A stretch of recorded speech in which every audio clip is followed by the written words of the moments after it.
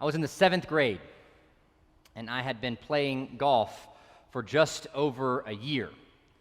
My first set of clubs was a mismatched set. Some of my short irons were longer than my long irons. My 6-iron didn't have a grip, but was just wrapped in electrical tape. I had inherited this set of mismatched clubs from an uncle of mine, but it didn't matter. Any excuse I could find, I would get out on the golf course. It could be a day like this, 90-something degrees. My buddy Tyler from church and I, we'd be out there dragging our clubs all across the Dead Horse Lake golf course. That's an actual name of a real golf course, Dead Horse Lake Golf Course in Knoxville. You can Google it. I knew I needed an upgrade in my golf equipment, but my parents, while they were supportive of my pastime of playing golf, had no interest in financing this very expensive new hobby. And so I knew that I wanted this particular club that I'd seen at the sporting goods store, the tailor-made Burner 3-wood. I'd read the reviews in Golf Magazine. I'd hit the demo club into the net at the shop. That was the club I wanted. I knew if I just had this club, it would be the key to improving my golf game. But the club cost $100. And I was 13 years old, and my weekly allowance for making my bed and taking out the trash was $2 a week. So I needed cash, and I needed it fast. Well, luckily, the annual fundraiser for our school's PTA was coming up. Our PTA did this fundraiser every year where we sold coupon books to people in the community, families and friends, and the more coupon books you sold, the better your prizes would be that you were awarded. So there were the usual things, the hacky sacks and the whoopee cushions and the candy that was in the prize brochure. But the top salesperson in the school would be given a check for $100. Visions of my tailor-made 3-wood were dancing through my head.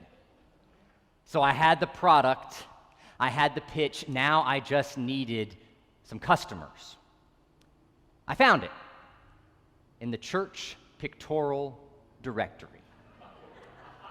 I started with the A's. If I recognized your face, if we'd ever had a conversation in my 13 years of life, I flipped in the back to where your phone number was, and I called you and asked if you would support my school by buying a school coupon book. I admit, I knew these people had vowed at my baptism to care for me over the course of my life, so their sense of obligation was really thick when this boy with his crackling voice called them, asking them to support my school.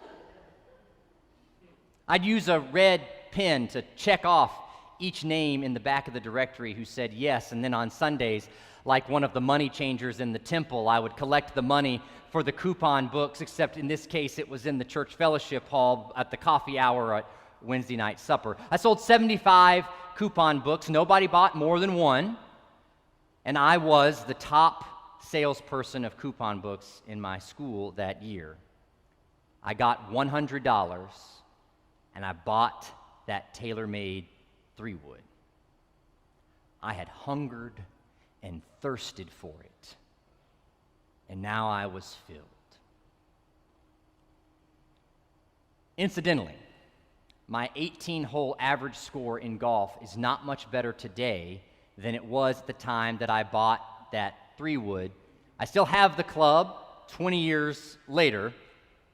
It didn't transform my game in any way. Makes you wonder how frequently each of us directs our hunger and thirst towards something that ultimately doesn't deliver. In the beatitude that we're looking at today, Jesus acknowledges this basic element of being human, which is to desire.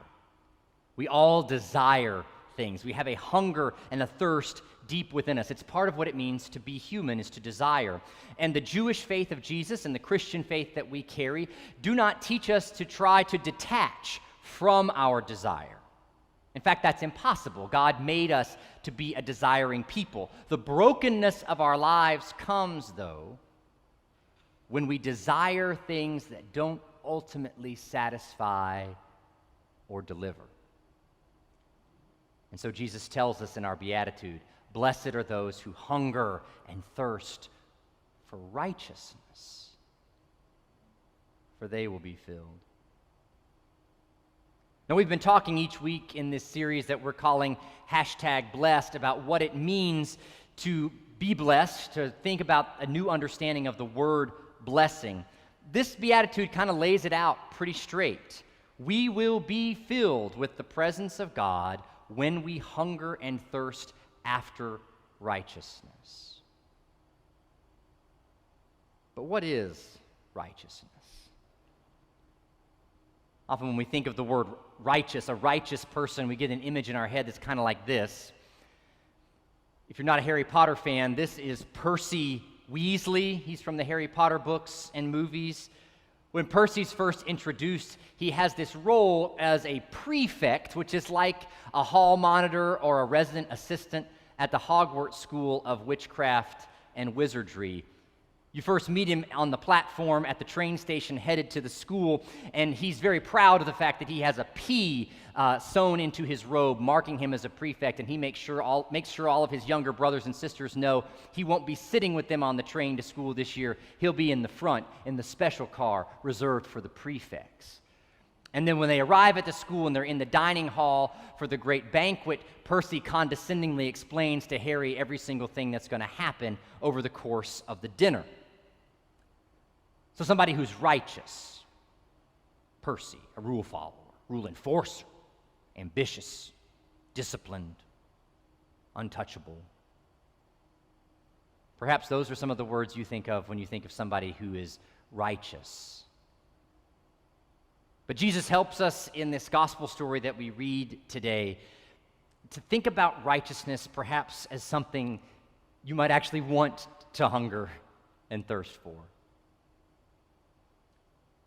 The honoring of the Sabbath was the hallmark, the touchstone, the central aspect of what it meant to be part of the Jewish faith.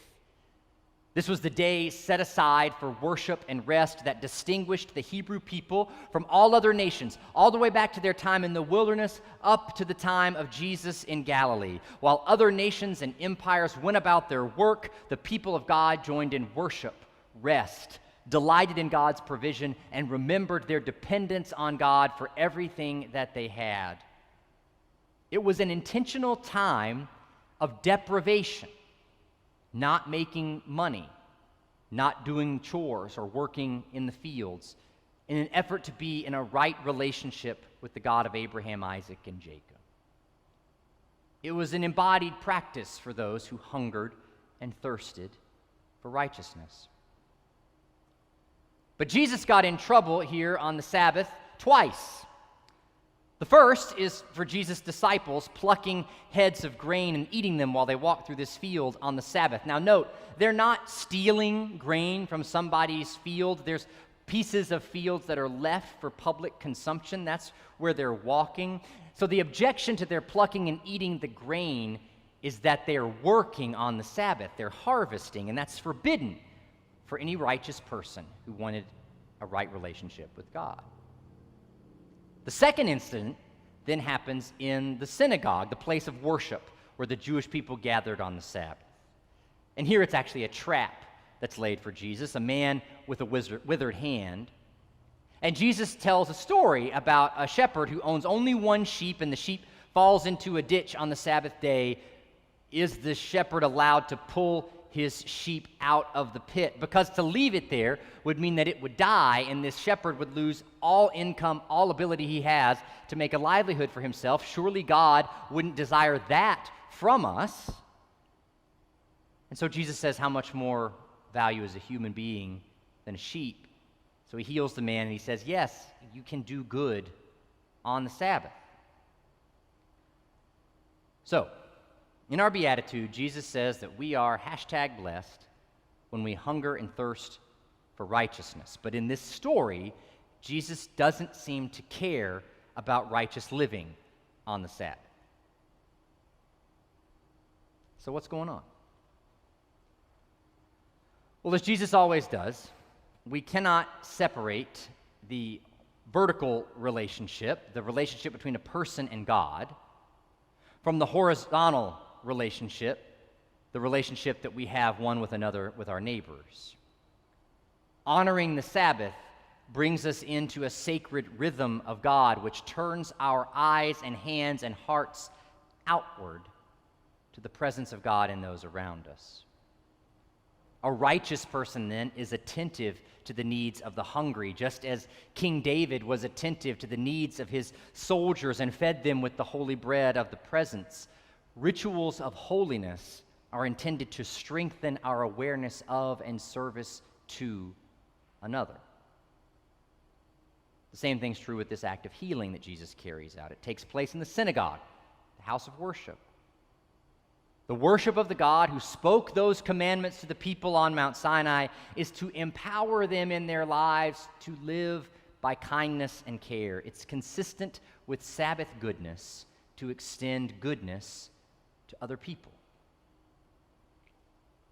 Jesus is thus reorienting our understanding of righteousness away from that picture of Percy Weasley, who uses his perfect adherence to the law as a means of elevating his worth and living in a smug way of life, and instead combines spiritual practices, Jesus does, with the human connection that we have and the love that we share with our neighbors.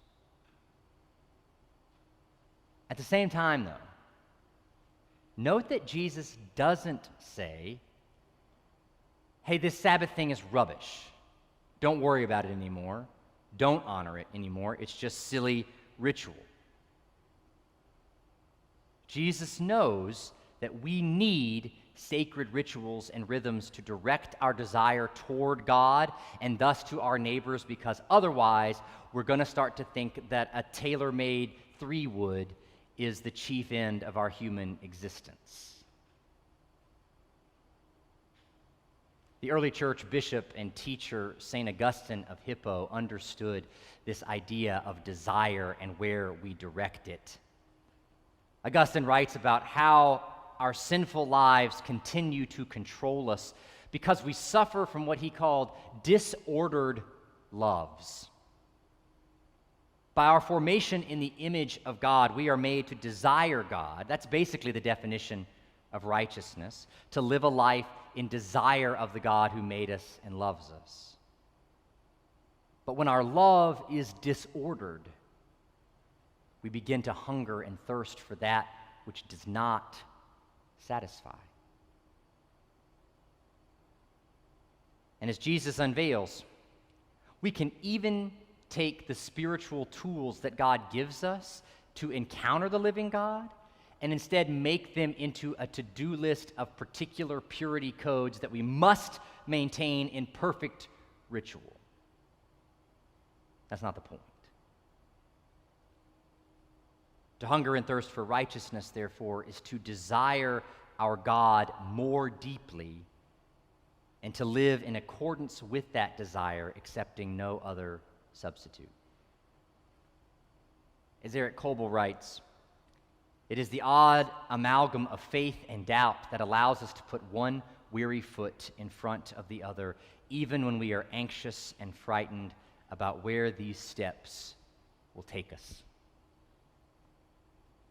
To hunger and thirst for righteousness, continuing to put one foot in front of another, moving toward the God who has already wrapped us in embrace. That's righteousness.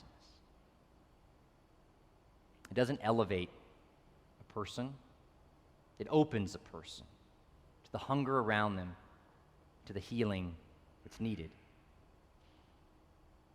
And then in those moments where hunger is satisfied and suffering is alleviated, we find that we are even more than filled. We actually find that our cups overflow. And that in that sacred encounter, we are indeed #blessed.